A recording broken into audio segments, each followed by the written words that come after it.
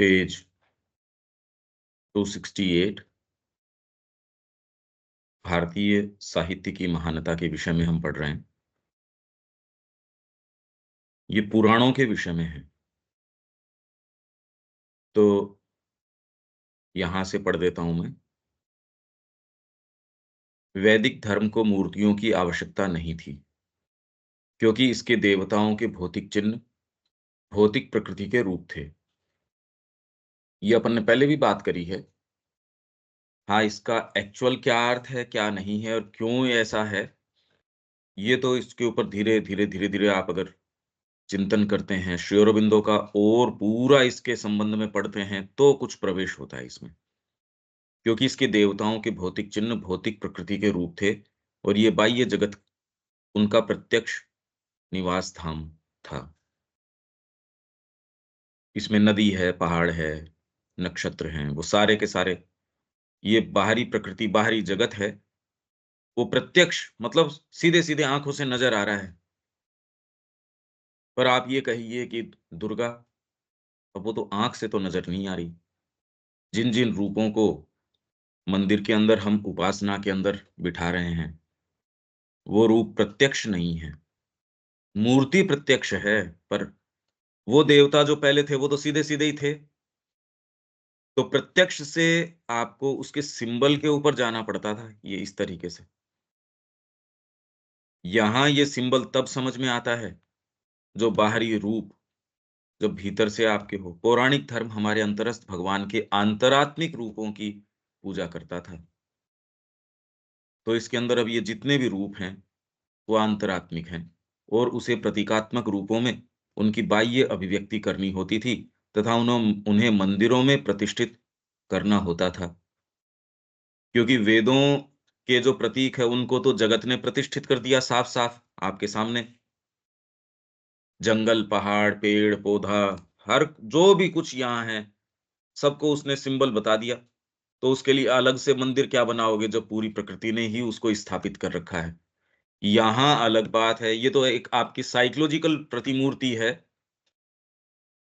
इसको कैसे, इसके लिए तो एक स्थान, अब वो स्थान के चयन, उसके निर्माण, वो सारा भी आर्बिट्रेरी नहीं है, चलो यहाँ कहीं भी चल के इधर ही मंदिर बना देते हैं, नहीं।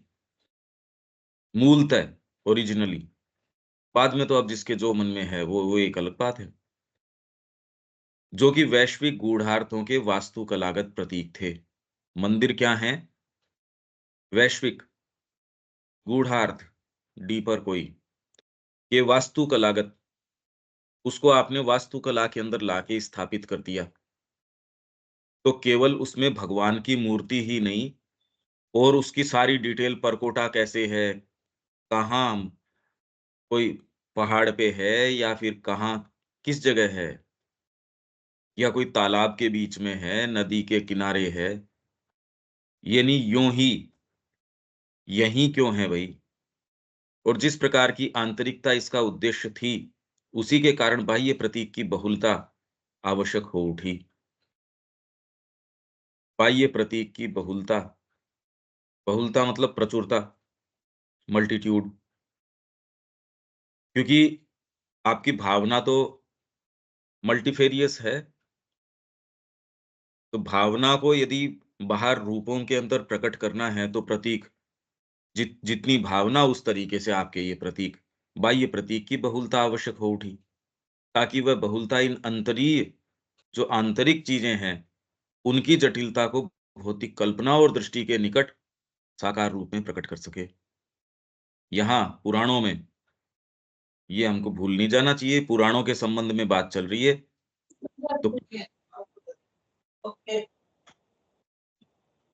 तो ये जो हम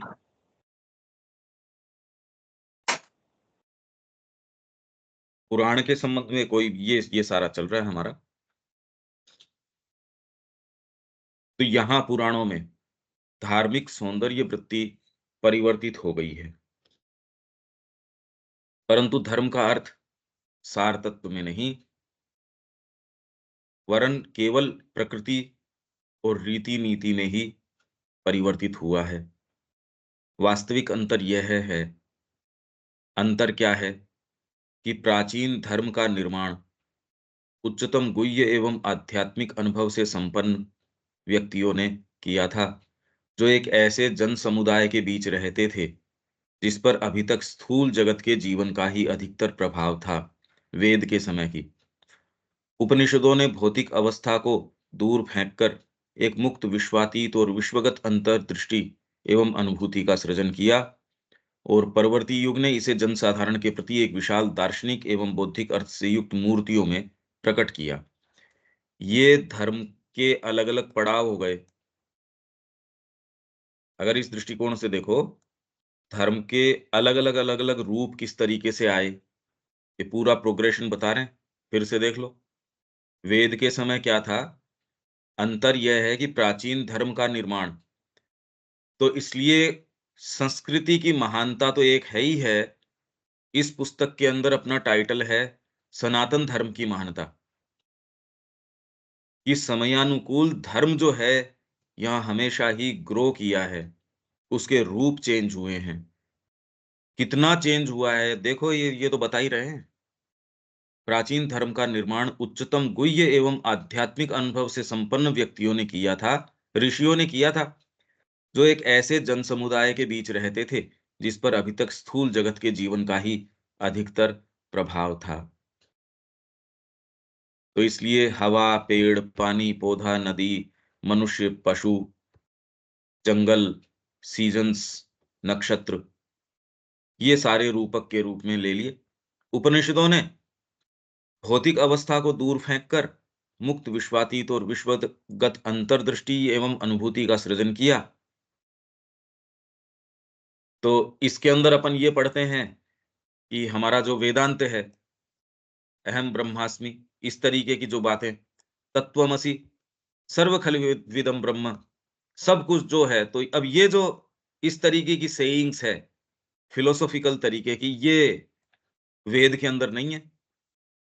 वेद इस तरीके की बात नहीं करता, वो तो वरुण है, मित्र है, इंद्र है, भग है, इन सारों की बातें करता है।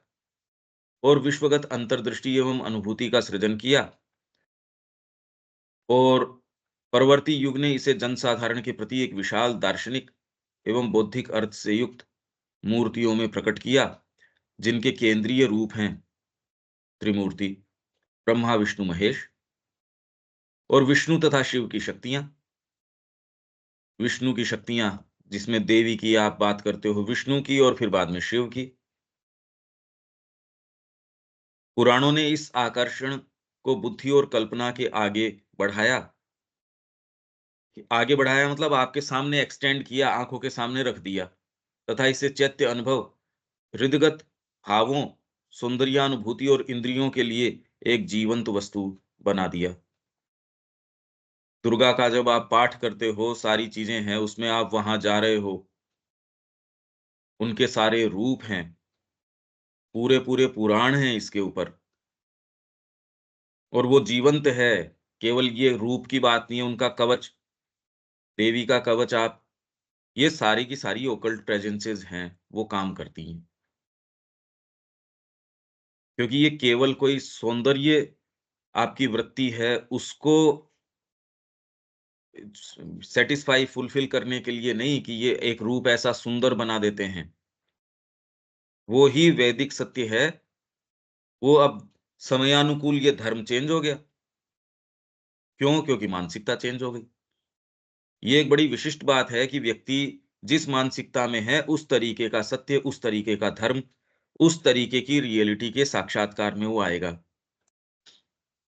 तो अभी क्योंकि जिस तरीके की आपकी मानसिकता है, वैसा जगत आपको नज़र आ रहा है। उसके नियम कानून आपको बाध्यकारी लगते हैं, बाइंडिंग लगते हैं। तो अगर इसी में बाहर के नियम कानून आप चेंज करते रहोगे, ये तो आध्यात्मिकता सारे ही यही बात कह रहे हैं। इसमें कोई ये नहीं कि ये अलग से, पर उसका निष्कर्ष फिर बाद में माओ और श्री अरविंद ने क्या है कि तुम चेतना में परिवर्तन कर दो, चेतना ही बदल दो। भाई दूसरों ने कहा कि ये नियम कानून ये है भई, तो इससे माथापच्ची करोगे, ये वैसे के वैसे ही रहेंगे, इससे पलायन कर जाओ। तो फिर बाद में इन्होंने समता की बात करी है और की बातें करी है। साइकोलॉजिकल स्टेट्स हैं, गीता भी कितनी पोइजेज की बात करती है, जिसके अंदर सबसे पहले साक्षी है, अनुमता है, भर्ता है, भोक्ता है, ज्ञाता है। ये सारे पोइजेज हैं, प्रकृति उस तरीके से काम करती है। माओ और श्री अरविंद ने फंडामेंटली कहा, "अरे! इसमें कोई नहीं, ये तो चेतना का आमूल परिवर्तन करो, तो ही जाके स्थितियाँ बदलेंगी। नहीं अच्छे-अच्छे अवतार आ गए, अच्छी-अच्छी सारी चीज़ें आ गई, स्थितियाँ वो की वो।"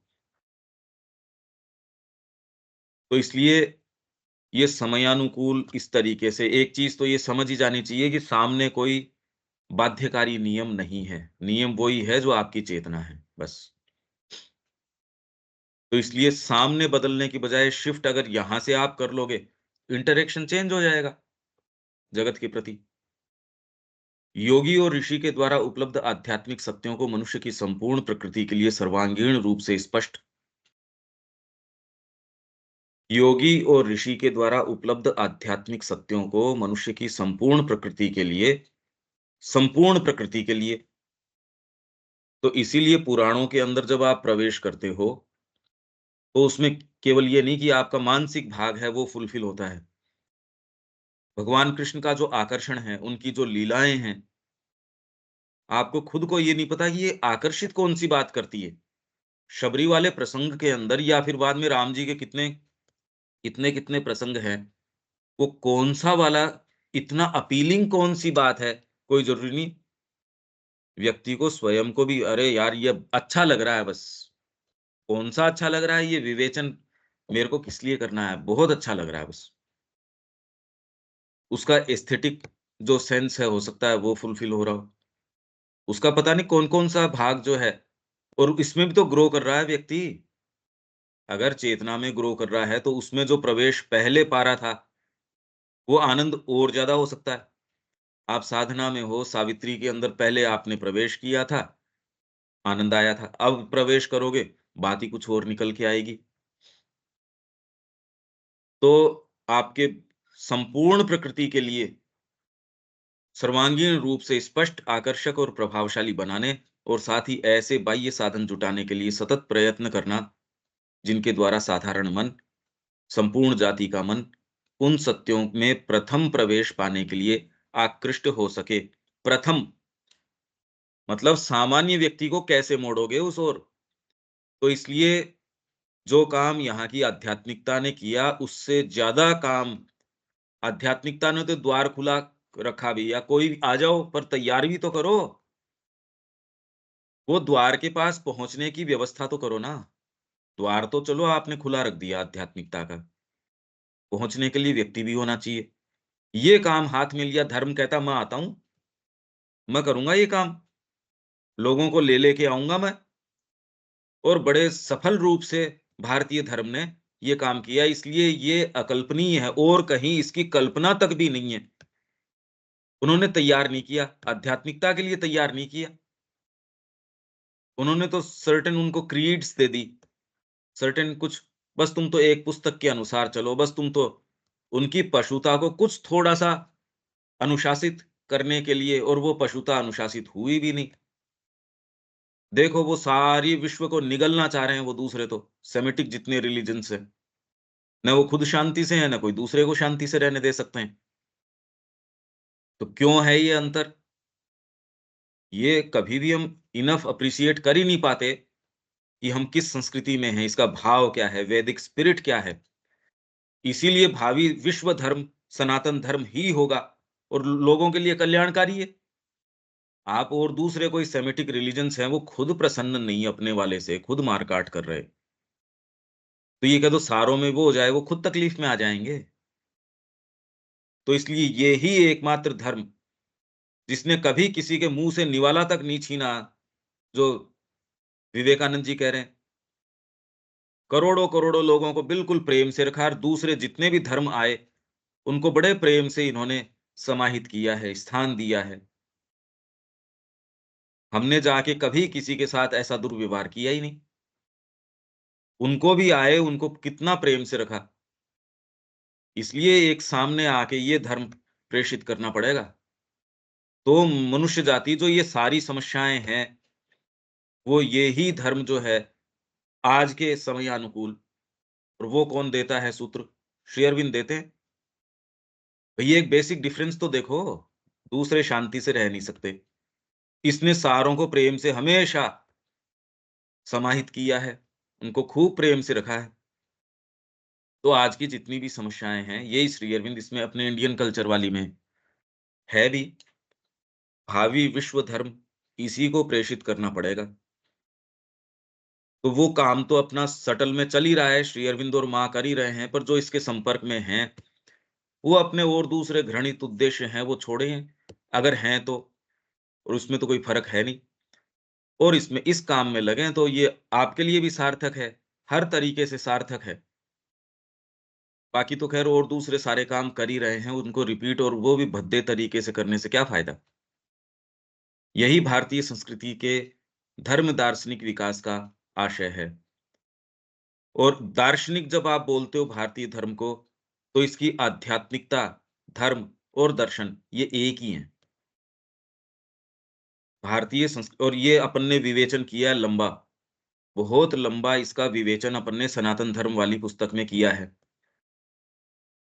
जब इसकी आध्यात्मिकता का वर्णन था तब भी किया है, जब भारतीय दर्शन की बात चल रही थी तब भी किया है, और ये जो रूप परिवर्तन हुआ उसमें भी किया है। तो उसमें तो रिपीट भी हुई है ये चीज़ कि किस तरीके से ये पड़ाव लगातार आए।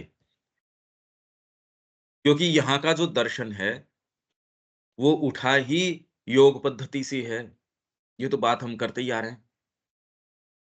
वो हवा में अटकलबाजी नहीं है यहाँ का दर्शन। वो दर्शन, योग और उसके माध्यम से फिर बाद में धर्म क्या है? इसी जो मूल आपका दर्शन है, उसको जीवन के अंदर कैसे एग्ज़ीक्यूट करना। तो ये तो एक ही हैं। आप कोई चीज़ सोचते हो, उसी तरीके से हाथों से वो कर्म करते हो, मुँह से वाणी बोलते हो, उधर गति करते हो हाथ-पाँव से, ये वही कर्म उस तरीके से करते हो, तो आपका एक्सप्रेशन आपके चिंतन के अनुकूल है, उसको अलाइन करके चल रहा है। आप जो कर्म कर रहे हो, आप जैसा विचार कर रहे हो, वैसा एक्सप्रेस कर रहे हो, तो एक ही गति है ये, अलग-अलग नहीं है। ये व्यक्ति सोचता एक है, करता ये ऐसी बात है ही नहीं।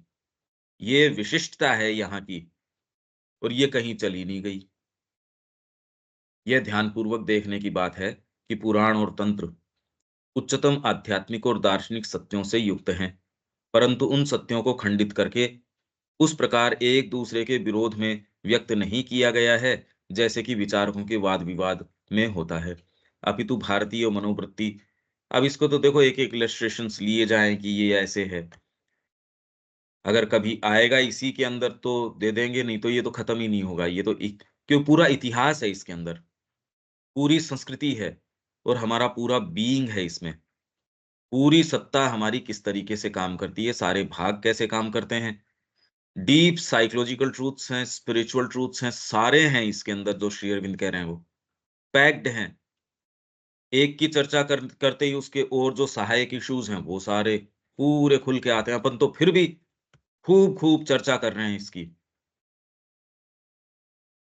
तो ये विचारकों के वाद-विवाद जिस तरीके से होते हैं, एक स्थापना करी, फिर उसकी प्रतिस्थापना करी, फिर बाद में तो थीसिस, एंटीथीसिस, सिंथेसिस, इस तरीके से नहीं है ये। ये तो जो ट्रुथ है उसको आपके सामने रख रहे हैं, बस। अभी तो भारतीय मनोवृत्ति और भाव की उदारता के अत्यंत अनुकूल ढंग से उन्हें एक साथ मिलाकर, उनमें परस्पर संबंध जोड़कर या उन्हें एकत्र करके समन्वित कर दिया गया है। ये सारे सेंटेंसेस बहुत ज़्यादा सारगर्भित हैं।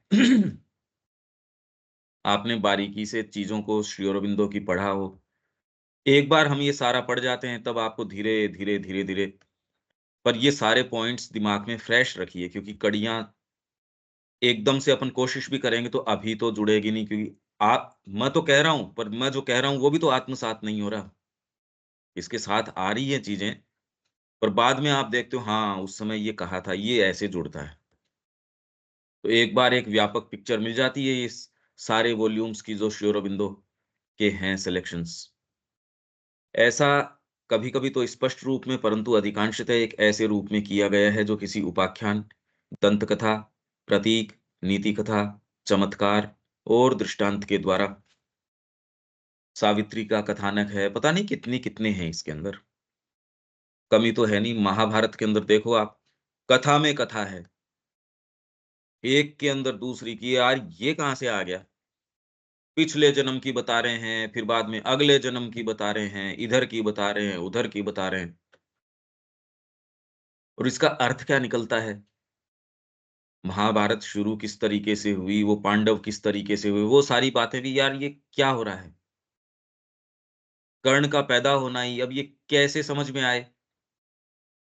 ये बात तो समझ में आती नहीं। एक श्रद्धा के आधार पे हम हाँ, भई देखो ये तो सूर्यपुत्र है, ये तो इस तरीके से हुआ, पर इसका अर्थ क्या है वैसे तो? इसका तो कुछ अर्थ समझ में नहीं आता और डीपर सिम्बोलिज़्म के रूप में रखो तो रखो किस तरीके से?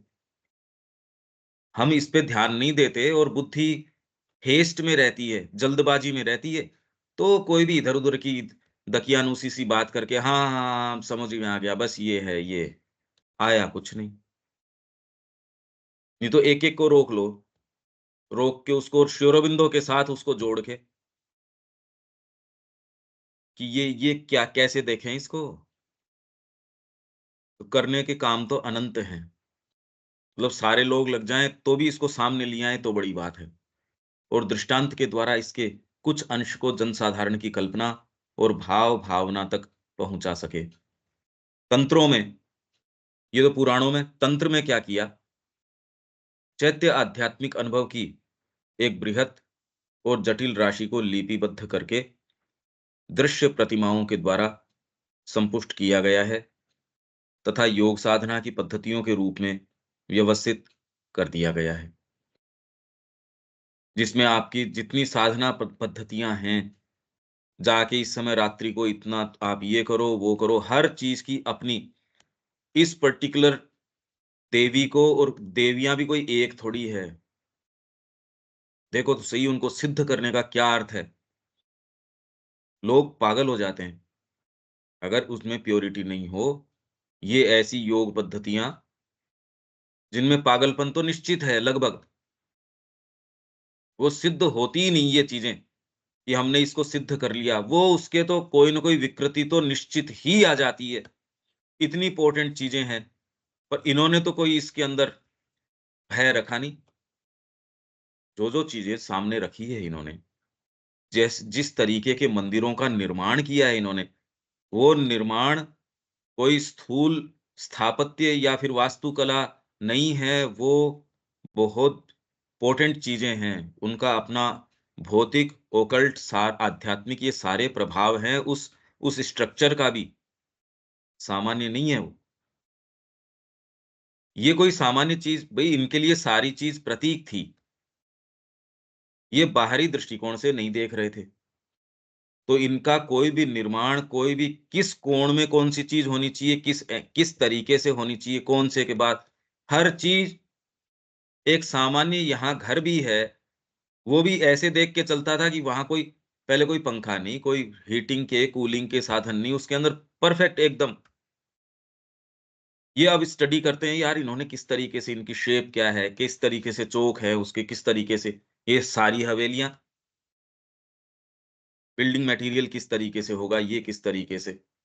जब एक सामान्य व्यक्ति का घर इस तरीके का है, तो उसमें आप मंदिर जो इनकी बेस्ट अभिव्यक्ति है, जितना सारा धन रहा, सब इन्होंने और जो भी राजा है, सफल कौन-सा है, जिसने किसी मंदिर का निर्माण किया और उस मंदिर के अंदर परकोटे है, तो एक के अंदर फिर बाद में पूरी अपनी गाथा, वो लाइनेज उसने ये अब डॉक्यूमेंट्री जिस तरीके की बना रहे हैं, देखो तो सही वो किस तरीके की बातें कर रहे हैं। इनको सेंस नहीं कि वो विशाल ऐसे विशाल मंदिर हैं कुछ तो, अकल्पनीय।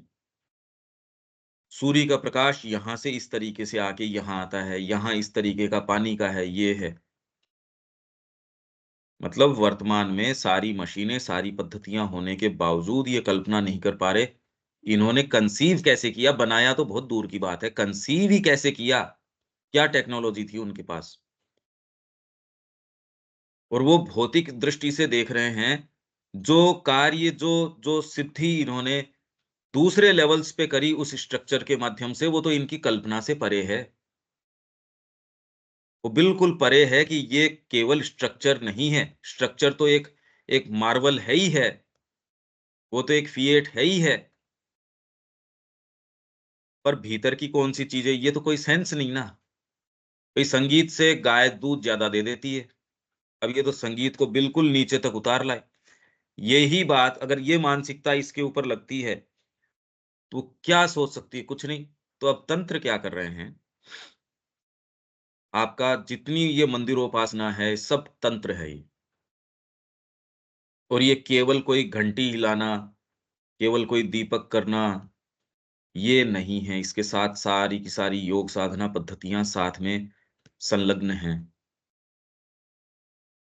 और ये एक नहीं, ये तो आप इसकी पुस्तकों को भी आप प्रामाणिक जो पुस्तकें हैं, उन नाम डाल के देखिए, इतनी लंबी लिस्ट आएगी, आप कहें, "अरे! ये तो इसकी तो पूरी-पूरी लाइब्रेरीज़ बन जाएँगी।" एक कोई चीज़,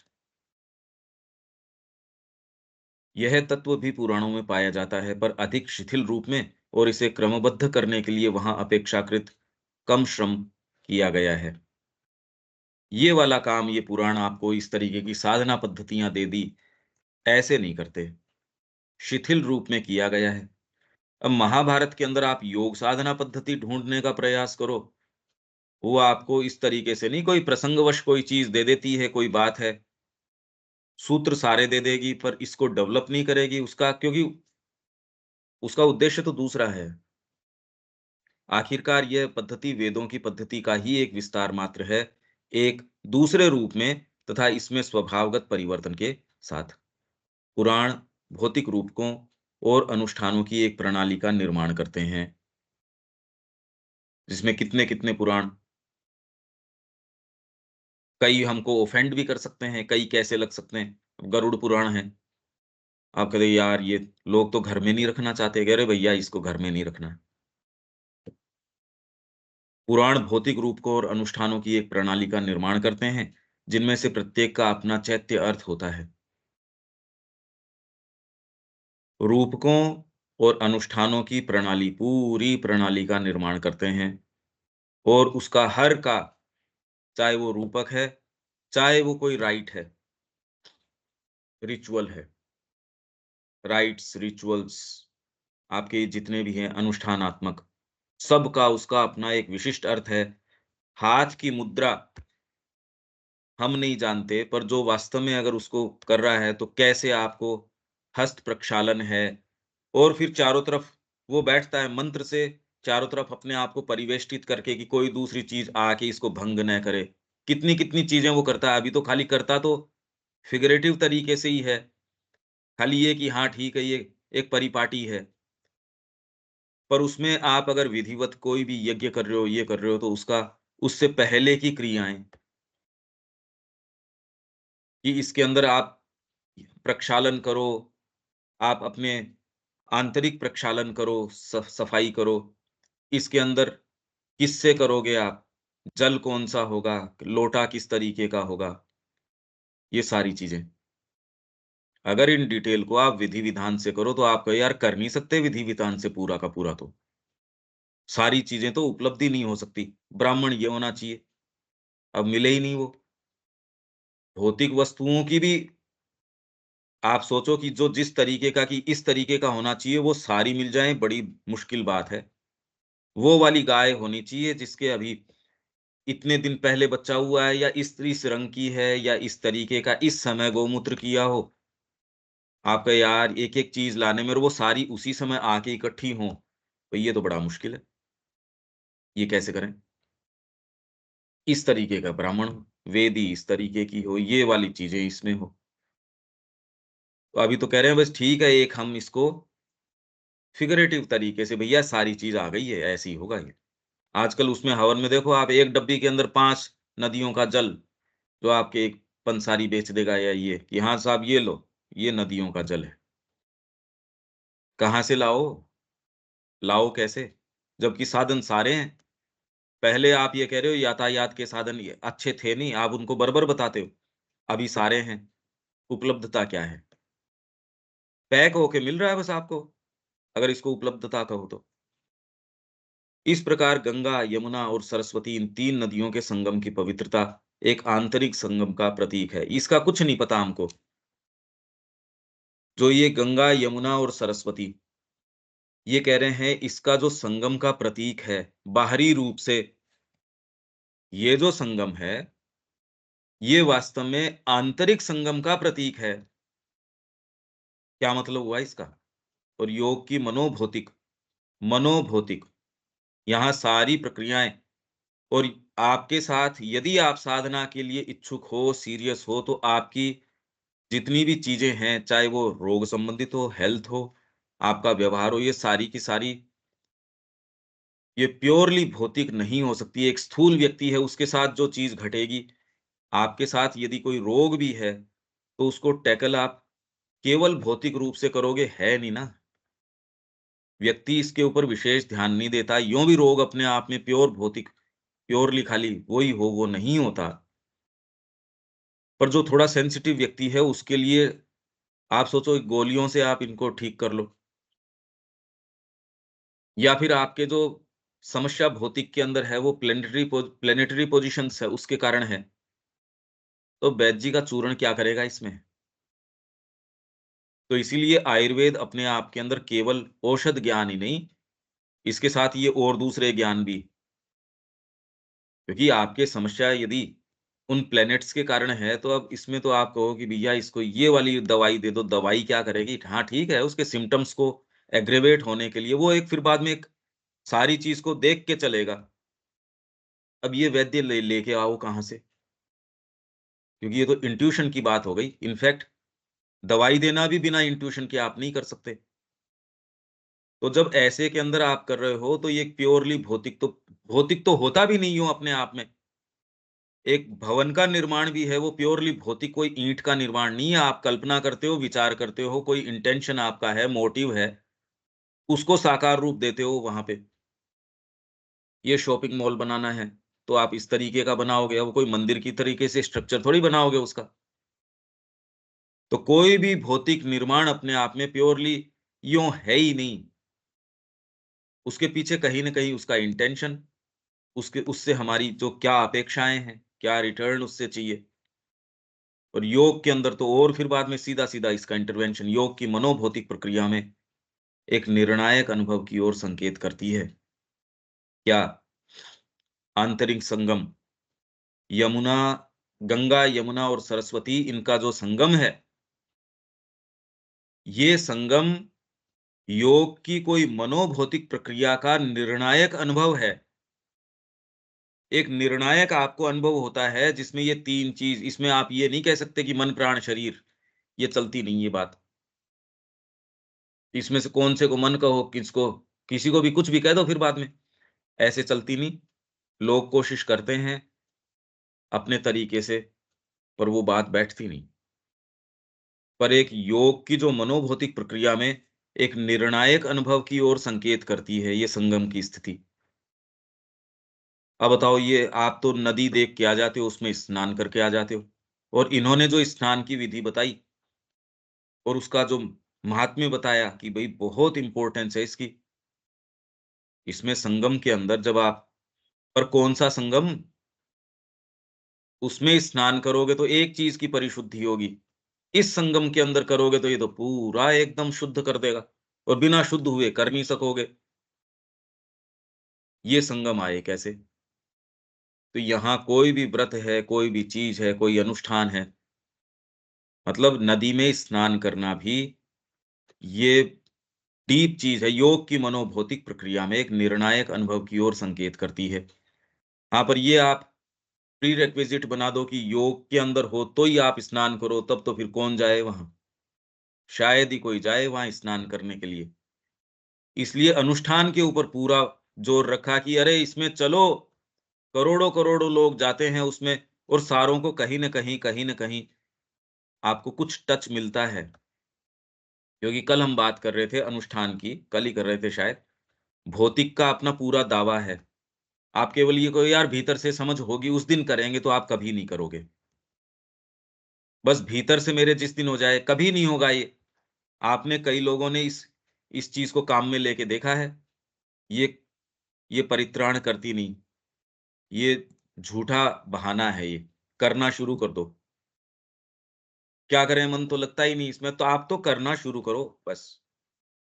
ये शुरू करो, धीरे-धीरे मन भी लगना शुरू हो जाएगा, धीरे-धीरे ऑटोमैटिकली आपकी प्रकृति भी उधर रुझान कर लेगी। सारे काम हो जाएँगे पर करो। और जो चीज़ अभी बाध्यकारी लगती है उसको तो बिल्कुल स्वीकार ना करो, चाहे वो हेल्थ का नियम है, चाहे आपके अपने हर जने के अपने-अपने नोशंस हैं, मेरे अपने हैं, आपके अपने। हेल्थ को लेके ये चीज़ें अच्छी नहीं करती, ये ठंडी है, ये गरम है, ये ऐसी है। पता नहीं कितने-कितने हैं। उन्होंने हमको ही संकीर्ण बना रखा है और किसी को थोड़ी प्रभावित करती हैं। आप सीरियसली ज़बरदस्ती उसको नियम बना रहे हो। प्रयास तो ये होना चाहिए कि हमको जिन चीज़ों ने बाँधे रखा है उसको धीरे-धीरे, धीरे-धीरे सुविचारित तरीके से तोड़ें। धीरे-धीरे तोड़ लो। और अभी जीवन तो जीना पड़ ही रहा है। उनको और नियमों को रीइन्फोर्स करने की बजाय एक तो गति ये हो।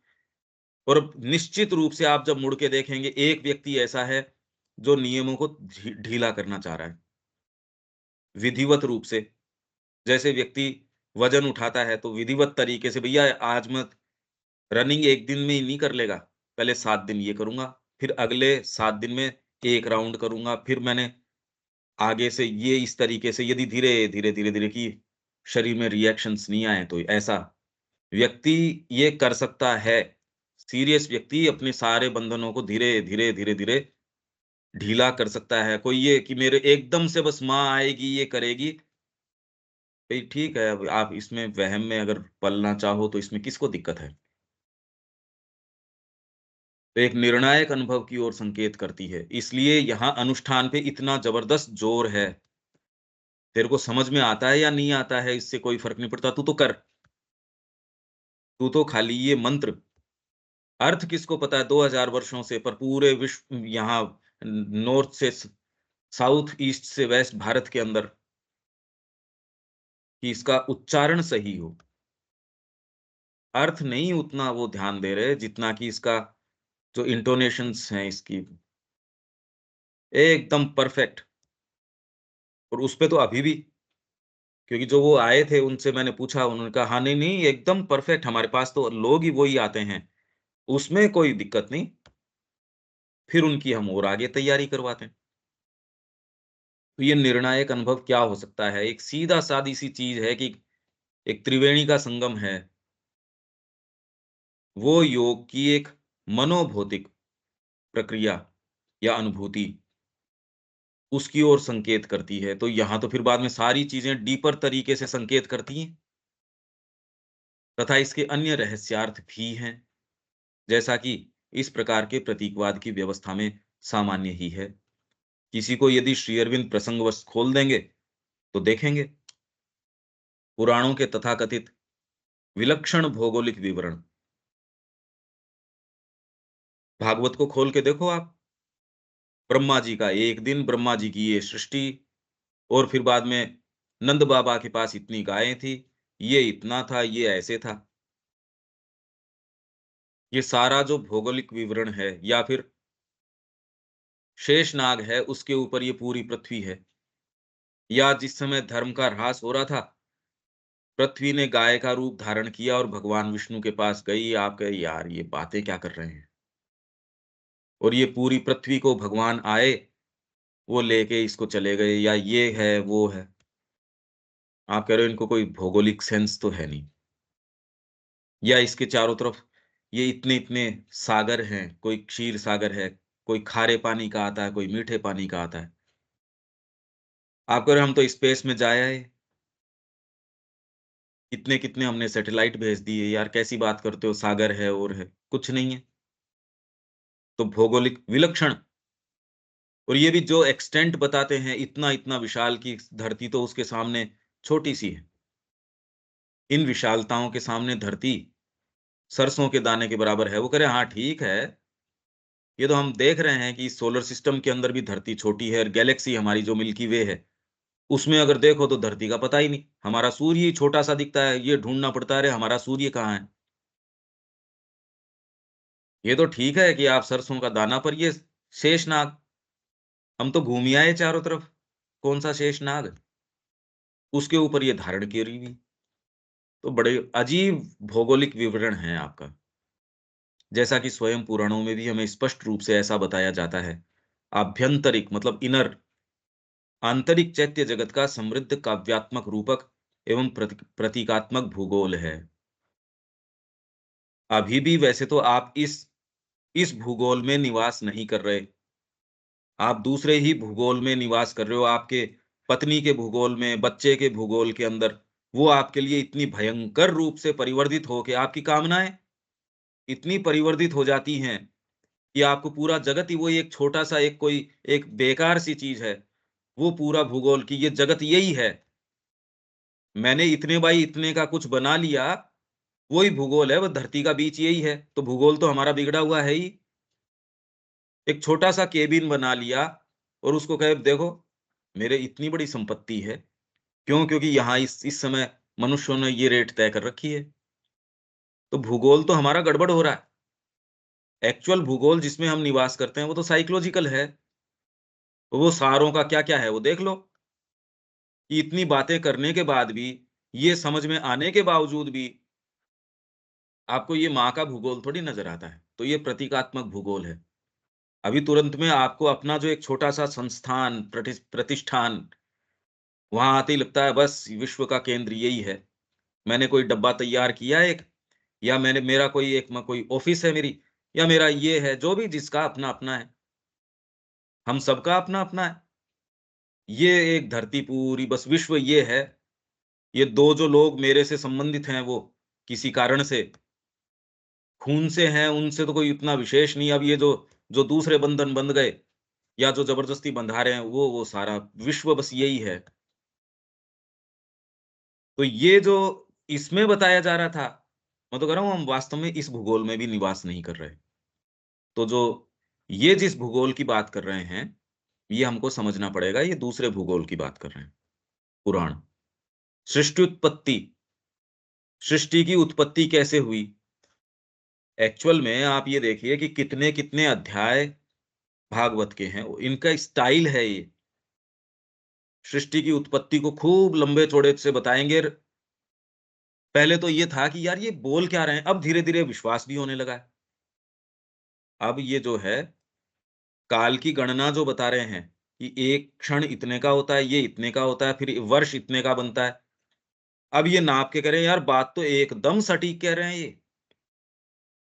ये कंपैरिज़न कुछ तैयार करने के लिए एक एक पुस्तक इन्होंने तैयार करी स्वामी नारायण वालों ने, हिडन होराइज़न्स।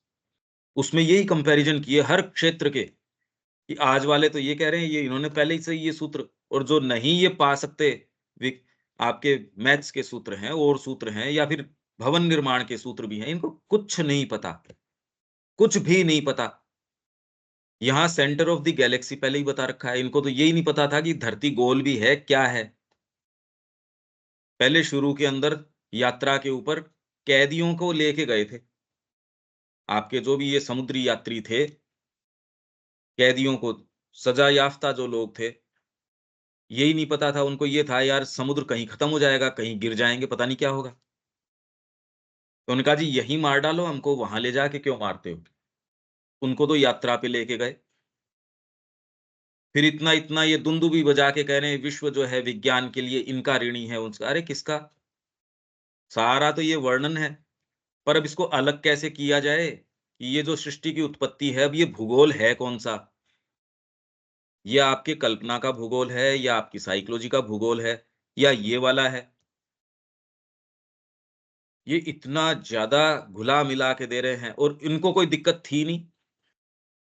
इनके लिए तो सहज था और आगे आने वाली संतति थी उनकी तैयारी करवाते थे, उनको सिखाते थे। भई पहले आपने खुद ने ये बातें कभी सुनी नहीं, अब श्री अरविंद के संपर्क में आने से ये कुछ-कुछ बातें और आई। पर अभी भी जब तक वो शिफ्ट नहीं आता, आप इसके लिए तैयार नहीं हो कि मैं ये शिफ्ट लेऊँ, तब तक तो वो एक बैरियर बना रहेगा। ये निर्णय तो अब आपके ऊपर है, आप इन जगतों में निवास करना चाहते भी हो या नहीं चाहते। ये तो हमारा अपना निर्णय है, इसके लिए हर जना स्वतंत्र है। आप स्वतंत्र होने के लिए भी स्वतंत्र हो, परतंत्र होने के लिए भी स्वतंत्र हो, कि नहीं मेरे को तो परतंत्रता है वो बहुत पसंद है, तो रहो, उसके लिए स्वतंत्र हो आप। सृष्टि उत्पत्ति का जो सिद्धांत इनमें यदा-कदा स्थूल जगत में प्रयुक्त होने वाली शब्दावली में वर्णन किया गया है। ये समस्या है। आप क्या मान बैठते हो? वो पिलानी गया, तो अरे पिलानी भी तो कई हैं। वो रामगढ़ गया, तो आप कहते कौन-सा वाला? उदयपुर गया। तो यहाँ तो फिर भी चलो एक स कितनी ल जितने हैं उतने हैं, यहाँ तो शब्दावली सूर्य है, भौतिक सूर्य भी है। आपकी कल्पना का सूर्य है, मनोवैज्ञानिक सूर्य है, आध्यात्मिक सूर्य है, अतिमानस का सूर्य है। ये सारे हैं और ये एब्स्ट्रैक्ट नहीं है, रियल हैं। ये भौतिक सूर्य तो कुछ है ही नहीं उसके सामने। इसलिए वेद क्या कहते हैं, सूर्य के अलग-अलग नाम हैं। सूर्य के एक नाम नहीं और वो सारे के सारे एट्रिब्यूट्स हैं, रियल हैं वो। हमारा प्रवेश नहीं है, वो एक अलग बात है। तो जैसे सूर्य के अंदर भौतिक सूर्य क्या करता है यहाँ? वो इस जगत का निर्माण करता है। यदि सूर्य नहीं हो तो भौतिक रूप से आपकी प्रकृति हो नहीं सकती थी। या ये धरती नहीं हो सकती थी, प्लैनेट्स नहीं हो सकते थे। वातावरण तो बहुत बाद में आया, ये प्लैनेट का निर्माण ही नहीं हो सकता था यदि सूर्य न हो तो। उसने सूर्य ने यज्ञीय ये भूमि तैयार करी। उसने अलग-अलग प्लैनेट्स तैयार किए। उन प्लैनेट्स का होना भी धरती के होने के लिए अत्यावश्यक है, नहीं तो धरती हो नहीं सकती थी। उसकी जो अवस्था है, जो कक्षा है, सूर्य से उसकी दूरी और प्लैनेट से उसका तालमेल, ये सारा का सारा, ये एक सर्टेन अट्रैक्शन के ऊपर सर्टेन उसकी क्यों इतना वो रोटेशन है, रेवोल्यूशन है, 2 तरीके से घूमने की क्रिया जो चल रही है, वो सारे के सारे इतने इंट्रिकेट बैलेंस के ऊपर सारी की सारी चीज़ है। ये तो विज्ञान भी बता रहा है। पर आप इसमें इतना नहीं रहते जितने कि आपके जो ये निर्माण करता है, वही आपकी इंद्रियाँ सपोज़ अब ये सूर्य, यदि ये न हो, तो आपके सामने जगत का निर्माण नहीं है। आपको कहे इंद्रिय संवेदन हटा दिए जाएँ, जो आपकी इंद्रियाँ देखती हैं, तो आप कहते जगत का निर्माण कैसे होगा? फिर तो जगत नहीं है। ये जो फैकल्टी है देखने की, संवेदन प्राप्त करने की, ये हटा दी जाए, तो आप कहे फिर भी माइंड तो है, माइंड हटा दिया जाए। तो अनुभव की, संवेदन की क्षमता है, वो निर्माण करती है। वो क्षमता नहीं हो, तो आप कल्पना भी नहीं कर सकते कि माँ के गर्भ में आप क्या महसूस कर रहे थे, जगत था भी या नहीं था? कुछ नहीं पता। जबकि भौतिक रूप से तो आपको पता हाँ यार, थे तो सही, ये प्रक्रिया तो है ही। मैं था, तो उसका कोई संवेदन नहीं है हमको, कुछ आभास नहीं है उसका। सूर्य जो है, आपका साइकोलॉजिकल सूर्य, इसीलिए ये जो सत्य एक जने के लिए उनके लिए ये त्रिवेणी है, वो एकदम ठोस सत्य है। वेद के जो रूपक हैं, ऋषि के लिए ठोस सत्य हैं, हमारे लिए नहीं है। अब ये देखो आप सूर्य की क्रिया और फिर बाद में सूर्य जो है केवल प्रकाशक नहीं है।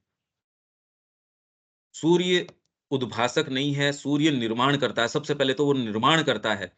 यदि आपकी इंद्रियाँ न हो, अंधेरा हो यहाँ, आँखें न हो और प्रकाश न किया जाए, जगत के आप कभी अभी तो आपको याद है क्योंकि आपने पहले सेंस किया था जगत को।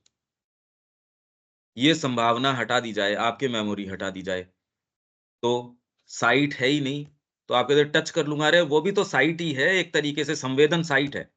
कोई भी संवेदन, वो हटा दिया जाए, तो क्या फिर तो जगत है या नहीं है, ये तो बात ही नहीं उठती। ठीक यही बात तो है। सूर्य जो है वो पहले तो सबसे पहले सृष्टि करता है, फिर प्रकाशक है, आपकी चेतना के सामने लेके आता है। और पूषणम, वेद कहता है पूषण, पुष्टि प्रदान करता है, नहीं ये जगत रह नहीं सकता था अगर सनलाइट ना हो तो। ये सारे काम एक भौतिक सूर्य भौतिक प्रकृति में करता है, यही आपकी मानसिक प्रकृति, माइंड अगर नहीं हो तो क्या कर लोगे इस जगत में? देह तो बड़ी बलिष्ठ है आपकी, कौन पूछता है? कुछ नहीं। बलिष्ठ है तो आप इधर-उधर मेहनत का भले ही काम थोड़ा बहुत कर लोगे। बलिष्ठ की तो इतनी कोई विशेष कोई ऐसी बात नहीं। माइंड शार्प है कि नहीं है? और शार्प भी किस चीज़ के अंदर है? प्लानिंग जानते हो या नहीं जानते? व्यक्ति के पास स्वयं के पास कुछ नहीं है।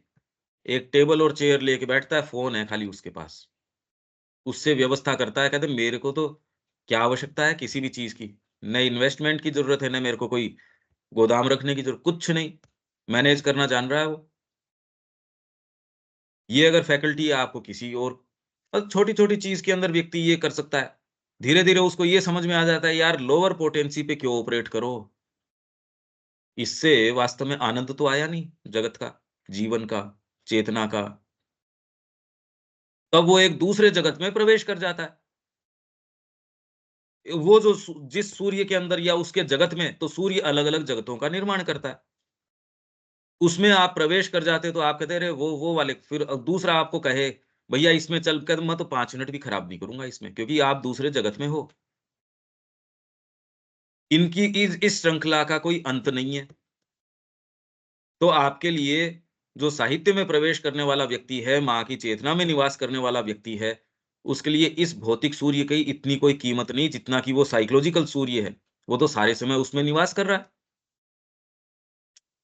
ये देखो आप। तो इसलिए मैं तो इस चीज़ को इसलिए खोल रहा हूँ कि ये कह रहे हैं ना वेद की ही भाँति एक आध्यात्मिक और मनोवैज्ञानिक अर्थ एवं आधार है इस शब्दावली का। यहाँ तक आप फ़ॉलो कर पा रहे हो क्या? ये ठीक चल रहा है या इसमें कोई बात है दीपक?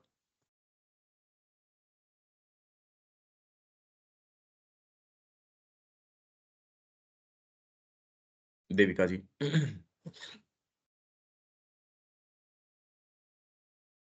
हाँ जी पंकज भाई, थोड़ा बहुत क्लियर हो रहा है। और ये जो है inner Confluence of Ganga Yamuna Saraswati, जो आंतरिक हाँ। संगम की बात हुँ, की है, हुँ, तो इसमें थोड़ा मेरे माइंड में ये आ रहा है कि अगर हम, क्योंकि इसका एक्सपीरियंस तो है नहीं, इनर एक्सपीरियंस, हुँ, ये ऐसा आ रहा है कि अगर हम इनके रिवर्स की प्रॉपर्टीज देखें, हुँ, जैसे गैंजेस की प्रॉपर्टी है गंगा की प्योरिटी, यमुना हुँ, की डिग्निटी, सरस्वती हुँ, की नॉलेज एंड विजडम, हुँ, तो इन सब का जो समागम है अपने अंदर, हुँ, वो एक एक्सपीरियंस है। मतलब जब इन तीनों का जो इंटरैक्शन है अपने हुँ। अंदर, तो उससे थोड़ा बहुत ये आ रहा है कि यही होगा जो इनर कॉन्फ्लुएंस की बात की जा रही है। हाँ, हो सकता है। भई अभी तुरंत में यही तो प्रक्रिया उलट गई। वेद के समय की प्रक्रिया ये थी कि वो आंतरिक दृष्टिकोण से प्रॉपर्टी देखते थे इसकी। तो हाँ जी। वो साधना से इनकी प्रॉपर्टी पता चलती थी। अभी हम इस क्रम को रिवर्स करने के लिए मजबूर हैं। भई जैसा हमको बताया गया है उस तरीके से हम ये देख रहे हैं। हाँ, ये डेफ़िनेटली इस तरीके से हो सकता है कि भी पुराणों में इसके क्या-क्या अर्थ दिए गए हैं। पर वो तीनों ही मिल जाएँ आके, हाँ सरस्वती है इंस्पिरेशन वेदों के अंदर जो इंस्पिरेशन जिसकी बात की जाती है, वो तो सुप्रीम चीज़ है। वो आती है और आपकी साधना को वो आके आपको एक नया डिस्पेंसेशन दे देती है। तो ये एक बिल्कुल अलग चीज़ है। अब इसका तो कोई बहुत डीप साधना की स्थितियाँ हैं ये। वेद का जो सेंट्रल नोशन है, वो जिसकी बात कर रहा था, यही तो एक विशेष बात है। अब हम क्या है कि भौतिक प्रकृति से आंतरिक पे जाने के और इनको प्रयास कर रहे हैं उस पे यही आज की मानसिकता उलट रही है और करे भी कैसे? हाँ अभी जी। हम श्री अरविंद के रूपक को भी पढ़ेंगे तो इसी तरीके से अप्रोच करेंगे, ये तो मैं कहता ही आ रहा हूँ। यही मैं कहता आ रहा हूँ, उनके लिए ये इस तरीके से नहीं था। उनके लिए प्रत्यक्ष सत्य था ये। यही विशेष बात है। वो इस सारे को इस दृष्टिकोण से इस तरीके से नहीं देखते थे। तो जब आप गहनता से इस प्रक्रिया को अपने ऊपर लागू करने की कोशिश करेंगे, तब आप समझ जाएँगे कि आप एक दूसरे छोर से शुरू करने के लिए मजबूर होते हो क्योंकि अभी तो हम माइंड से अप्रोच करते हैं। माइंड से अप्रोच करने के लिए आप बाध्य होते हो और इसी तरीके से अप्रोच करोगे। ये ये तुरंत में एक्चुअल में समस्या है और इसी तरीके से पर हाँ, बहुत फ्रूटफुल है ये। ये जो आप कह रहे हो इस तरीके से भी श्री अरविंद ने इनके बारे में क्या-क्या कहा है और धीरे-धीरे यदि आप इसके ऊपर एकाग्र चित्त करेंगे, तो भीतर से चीज़ें निकल के आएँगी भी और तो आप जाके कहाँ देख के आओगे? आपकी ही सत्ता सत्ता के या बीइंग के डीपर जो सत्य हैं, वो इसके अंदर निकल के सामने आएँगे क्योंकि वो हैं। और वो इसलिए आएँगे क्योंकि आप अपनी चेतना को उसके ऊपर प्रेशराइज़ कर रहे हो, तो वो धीरे इसी तरीके से सत्य आपके बीइंग के बाहर निकल के आते हैं। तो अब इसमें हमारा सोर्स क्या है? श्री अरविंद ही हैं। अब उन्होंने क्या कहा है, किस तरीके से, इसीलिए तो मैं कह रहा हूँ पहले एक बार इस सारे को पढ़ जाते हैं। इन सारे बीजों को तब तक बचाए रखते हैं, ये नहीं कि घुन खा जाए, आगे जाते जाएँ, पीछे वाले भूल जाएँ। इसमें इसीलिए विवेक से है कि भी जल्दी इंडेक्स इसकी तैयार करो और इसकी बहुत गहन रूप से इस सबको जो चीज़ हो तुरंत उसमें टच करे, वो चीज़ मिल जाए, वो प्रसंग मिल जाए। ये इसीलिए इम्पोर्टेंट है कि बार-बार, बार-बार स्टडी करने के लिए ये बैकग्राउंड चाहिए हमको। पूरा पढ़ जाएँ, एक आइडिया आ जाए और फिर अब इसकी पिक्चर बनानी शुरू करें। किचन में इंग्रीडिएंट्स क्या हैं?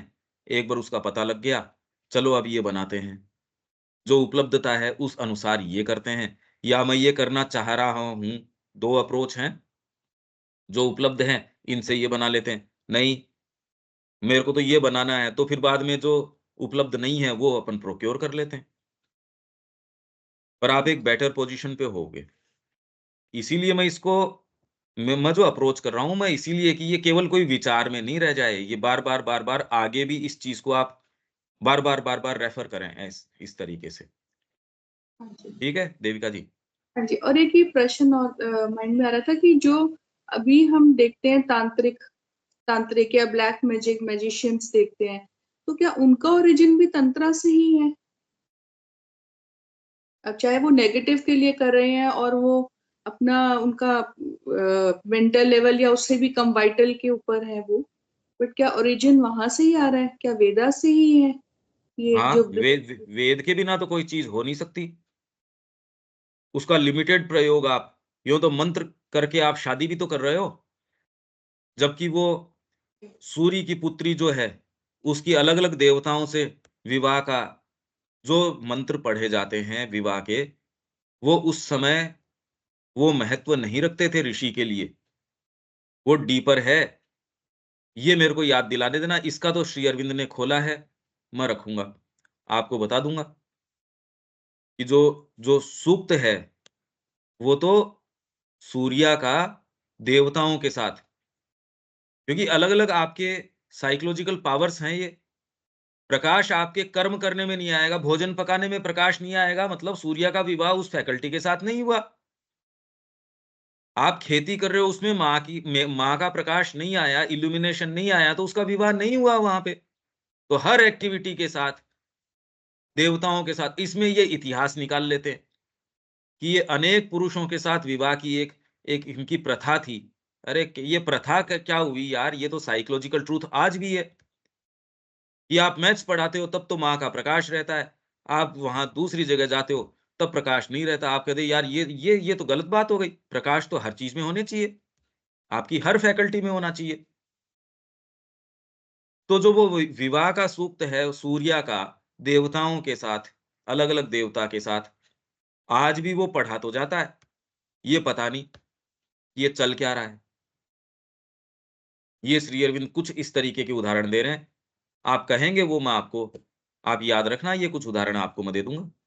कि किस तरीके से मूर्खों ने इनकी कहानियाँ बना ली, जो कहानी नहीं ये स्पिरिचुअल ट्रूथ्स हैं, ये समस्या है। हाँ जी। उर्मिला जी कोई बात है? अ, जी हाँ, जिस प्रकार अ, देविका जी ने ये कहा कि गंगा, जमुना, सरस्वती का मुझे तो वो तामसिक और रज और सत्व गुणों का संगम भी लग रहा है। हुँ, अगर हम इनर दृष्टि से देखें तो हुँ, मेरा ये निवेदन है कि ये क्षेत्र ज़्यादा आनंददायी और सत्य की खोज में हमें टर्न दे रहा है। हम उस ओर और अच्छे से बढ़ सकते हैं, अगर हम ये ग्राउंड पे थोड़ा और अभ्यास करें एक साथ। क्योंकि इनकी समझ, मेरी समझ अलग होगी, लेकिन अगर एक कॉमन ग्राउंड पे अगर हम पढ़ते हैं, चर्चात्मक सेशन करते हैं, तो शायद चीज़ें ज़्यादा खुल के आएगी। और वो जो सूर्य के नामों के बारे में भी आपने बताया, हुँ, तो क्या हुआ है अभी आपके साथ बैठ के ये साधना से एक भरोसा आ गया है कि हमें श्री अरविंद जी अ, एक वही स्पेस में बिठा रहे हैं जहाँ से उन्होंने जो देखा हम भी देख पाएंगे। तो हुँ, अगर हम एम्फेसिस करते हैं कि एक-एक सत्य को लेके अ, हम उसके आधार से देखकर अंतर्दृष्टि और अंतःकरण में सत्य का और प्रकाश देखें। तो हुँ। मेरा वो निवेदन है, मेरी हाँ, जान सूर्य हाँ, के बारे में जानने की उत्सुकता है। हाँ, सूर्य के जो नाम है। सूर्य का दे देंगे उदाहरण। सूर्य क्या करता है, ये श्री अरविंद ने दिया है। दूसरा ये उदाहरण, ये 2-3-4 चीज़ें नोट कर लो और मैं इनको इकट्ठी करके और आपको ये देखो ये ऐसा करता है।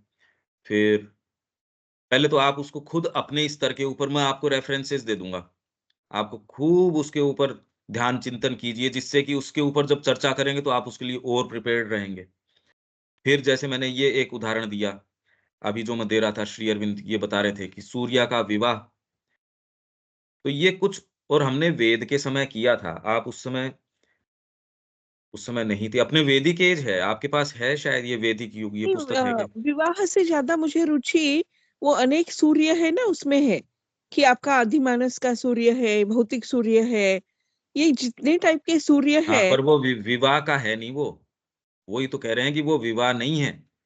नहीं, विवाह आपके क चाहिए भी नहीं मुझे सिर्फ़ ये तरह-तरह के जो सूर्य है, पहले उनको जानना है। हाँ, नहीं, सूर्य अलग नहीं, सूर्य के ये सारे एट्रिब्यूट्स हैं। हाँ, ये वही जो है जानने हैं, कि ये वही जान जो हाँ, हाँ, बिल्कुल। तो ये एक उदाहरण है, फिर बाद के अंदर ये सत्य जो सूर्य का है, आपकी हर एक्टिविटी को कैसे इल्यूमिन करता है।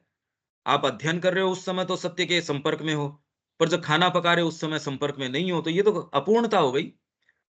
तो इसलिए जो सूर्य है, वो सारे देवताओं के साथ, देवता कुछ नहीं है। आप जगत को देख रहे हो आँखों के माध्यम से, एक जना देख पा रहा है, दूसरा नहीं देख पा रहा। आप जिस जगत में निवास कर रहे हो, आपके जो जिस तरीके के देवताओं का संगठन है, उससे देख रहे हो। तो व्यक्ति अ, अपने आप में और कुछ नहीं है, देवताओं का उसमें बैलेंस क्या है, उतना ही वो व्यक्ति है और व्यक्ति इंडिपेंडेंटली है ही नहीं, एक्जिस्ट ही नहीं करता। जी, आपकी जी, बिल्कुल, इंद्रियाँ क्योंकि किस तरीके से काम करती हैं, आँखें कैसे काम करती है, भौतिक विज्ञान कुछ भी कहो, आँखें बिल्कुल आपकी बिल्कुल आई साइट ठीक है, देख क्या लोगे पर? देख तो कुछ नहीं सकते। तो जगत का हाँ, निर्माण आपके लिए ये जो है, ये जो पावर्स हैं आपकी, ये देवता हैं, ये जगत का निर्माण करते हैं। और इस निर्माण के अंदर सत्य को निकाल के लेके आना, इसीलिए साधना इन सत्यों को रिवील करती है। अगर ये नहीं करते तो ये सीधी-सीधी प्रक्रिया आपके लिए वो जगत बंद रहेंगे। आप उसके साथ ज़बरदस्ती नहीं कर सकते। ये एक प्लेन सत्य है, एकदम सीधा-सीधा है। तो ये कुछ जो उदाहरण श्री अरविंद ने दिए हैं, ये डेफ़िनेटली एक मैं अगर वो ऑलरेडी हैं तो विवेक इनसे आप शेयर करना वो जहाँ-जहाँ ये बात हुई है। तो जिससे तैयारी हो और यथासमय कोई हम इनको पकड़ के कुछ उदाहरण इकट्ठे करेंगे, उर्मिला जी ठीक कह रही हैं। तो इनको और सामने रख देंगे। एक और शेयर करना था। देखो पतंजलि में भी ये कहा गया है, जो खाना बिना सूर्य प्रकाश के बिना बना है, वो खाने लायक नहीं है।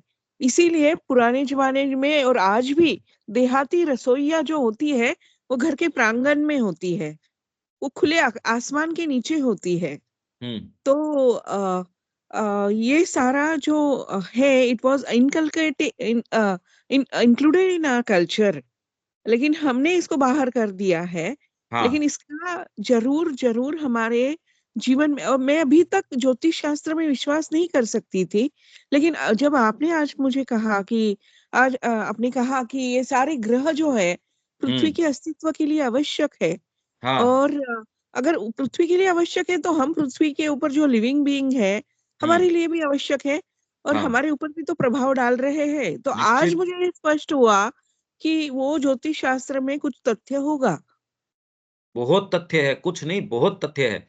पर सारे प्रयास सुप्रीम की रियलिटी को रीड करने का कर रहे हैं। पामिस्ट्री भी कर रही है, शकुन शास्त्र भी कर रहा है, सटीक हैं, कर रहे हैं माँ की क्रिया को कैसे जानें, हैं उसी के लिए सारे के सारे। तो साधना उसके लिए जब माँ के सीधे गोद में ही बैठ जाओगे तो क्रिया और जान ही जाओगे। इसलिए ये और अंतरंग तरीका है। बाकी सारे तो अधूरे प्रयास हैं प्रयास ही। तो आयुर्वेद अपने आप के अंदर यदि कोई सच्चा आयुर्वेद वाला व्यक्ति है, तो वो खाली दवाइयों का औषध ज्ञान ही पर्याप्त नहीं है।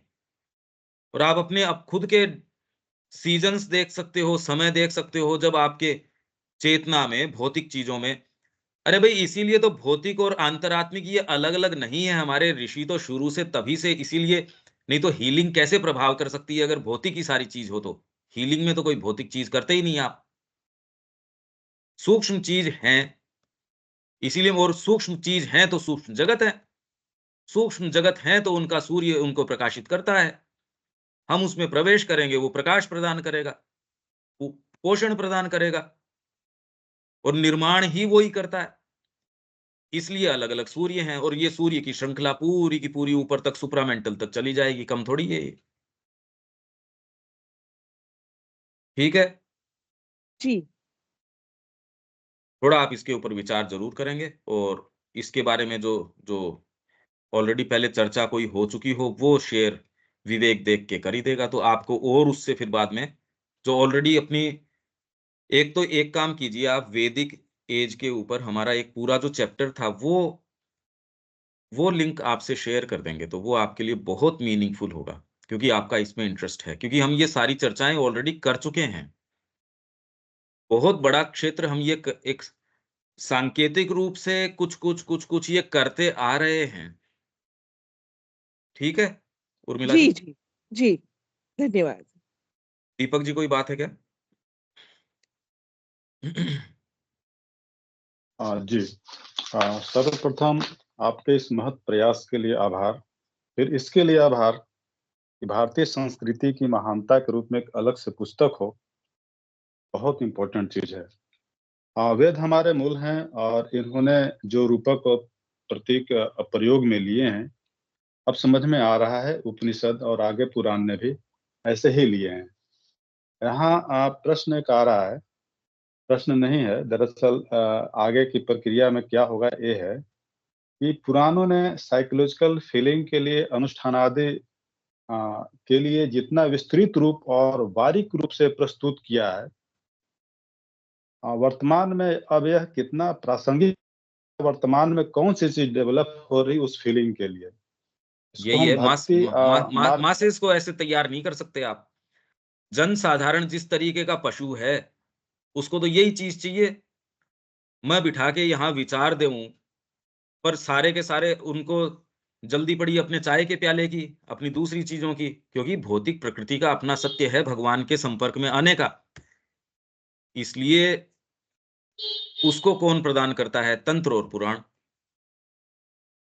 ये चीज़ आज भी पर ये आपको सीधे प्रवेश नहीं दे सकती। माँ श्री अरविंद का आगमन एक चीज़ तो निश्चित अब धीरे-धीरे आपको ये महसूस हो ही जानी चाहिए कि आज तक के लोगों ने जिन्होंने जो बात कही, श्री अरविंद की बात सुप्रीम है। वो आयाम ही एक दूसरा खोल रहे हैं, धीरे-धीरे समझ में आ जाएगी और सारी चीज़ें सुसंबद्ध थी। इंट्यूशन के आधार पे थी उर्मिला जी, जो रसोई-वसोई की जो आप बात कर रहे हो बिल्कुल ठीक है, पर इस दृष्टिकोण से शुरू करोगे ये तो सारे के सारे करते ही हैं। इंट्यूशन के आधार पे करोगे तो हर चीज़ जुड़ी हुई है। अगर वो इंट्यूशन का तार चला जाएगा तो रसोई चाहे बाहर बैठ के बनाते रहो, उससे कुछ नहीं होने वाला। इंट्यूशन होगी तो सब हो जाएगा। ये बात है। जी, जी, जी, एग्री। इंट्यूशन सारी चीज़ों का तार है। आप अगर अंतरात्मा जीवित है तो आपकी हर क्रिया जीवित है। मुर्दा को सजाते रहो उस चीज़ों से, वो तो मुर्दा घर है फिर बाद में। तो साधना में प्रवेश करना एक अवश्यंभावी चीज़ है और श्री अरविंद और माँ ने क्या किया है, धीरे-धीरे ये तो आभास कुछ आभास पर मेरी तो आपसे रोज़ ये आग्रह है भई साधना में प्रवेश करने के विषय में कुछ गंभीरता से सोचो, कि आपकी और कोई दूसरी चीज़ है ही नहीं। मैं बिलॉन्ग ही नहीं करता और कोई दूसरी चीज़ को। अगर जीवन लीला आज समाप्त हो जाए तो बहुत गुड रिडेंस बहुत मज़ा आ गया ये बात का तो, कोई चिंता नहीं। पर जिएँगे तो केवल कोरा एक मतलब माँ के लिए ही जिएँगे, आत्मा के लिए जिएँगे और कोई सी चीज़ के लिए तो नहीं जिएँगे, बस। ये तो संकल्प हमारा रोज़ होना चाहिए। तो सारी चीज़ें इंट्यूशन और इंट्यूशन जो है, किस चीज़ से क्या प्रोड्यूस करेगी, वो एक लकड़ी से कुछ भी प्रोड्यूस कर देगी। उसमें खंबे के अंदर से भगवान नरसिंह देव को प्रकट कर दिया, अब आप अपने खंबे के अंदर से कोशिश करो, नहीं है। इसलिए एल्केमी दूसरी है। आप भौतिक प्रकृति को सोच के मंथन कर लो तो विज्ञान सारा का सारा कर ही रहा है। इस अप्रोच से नहीं पहुंच सकते रियलिटी के पास। क्रम वहां से लेके आओ। वेद ने इस क्रम को उलट दिया। वेद ने कहा जब इंस्पिरेशन आती है तब ये सारी चीजें बहती हैं। इसलिए मैं ये कह रहा हूं ये सत्य आपके और दूसरी चीजों में आएगा तब बहेगा। उल्टे क्रम से पकड़ोगे, ये तो सारे कर ही रहे हैं। ये हमारे अनुष्ठान इसलिए इंपॉर्टेंट है, इसलिए तो वो कोशिश भले ही कर लेंगे, इससे न तो वो शिक्षा में जा सकेंगे। श्री अरविंद ने कहा ये अप्रोच ही उल्टा है और मजबूर हैं हम इसी, यही तो मैं कह रहा हूं ये अप्रोच उल्टा है। इंट्यूशन से शुरू करोगे, सही अप्रोच में आ जाओगे। शुरुआत से शुरू करोगे तो ही तो होगा। उल्टे क्रम से शुरू कर कैसे करोगे? शुरुआत आपका ऊपर से है। कीचड़ का एनालिसिस करके कमल के रहस्य को नहीं जाना जा सकता। उसका जो आदि रूप है स्वर्ग के अंदर, उसका विवेचन करोगे तो पता चल जाएगा, रे ये तो ये है। बच्चे ने कोई कैरिकेचर बनाया, पेंटिंग बनाई, आप उसको देख के बिल्कुल नहीं जान सकते कि ये क्या है। जब मूल रूप सामने सीनरी देख लेते हो तो कहा अच्छा अब समझ में, उसकी टेढ़ी मेढ़ी लाइनें भी अब आपको कुछ कुछ एहसास देने लगती हैं। मूल पे जाओ। मूल, ये समस्या जो आप कह रहे हो ये एक चारों तरफ फैली हुई समस्या है और बहुत बड़ी समस्या है। और इसी को विवेकानंद जी ने भी कहा कि इसने एक ऐसी बीच में एक एक बीच में फिल्म बना दी है, एक बीच में ऐसी बैरियर बना दिया है इसने, जो भारतीय संस्कृति के वास्तविक जो स्वरूप है उसके बीच में एक बैरियर आ गया। ये एक बैरियर है, ये विचारधारा। धीरे धीरे हम इसको और विवेचन करेंगे। ये बहुत अच्छी बात आई है ये प्रसंगवश। ठीक है दीपक जी। बहुत बहुत धन्यवाद। जय श्री मां। जय श्री मां। जय श्री मां। जय श्री मां। जय श्री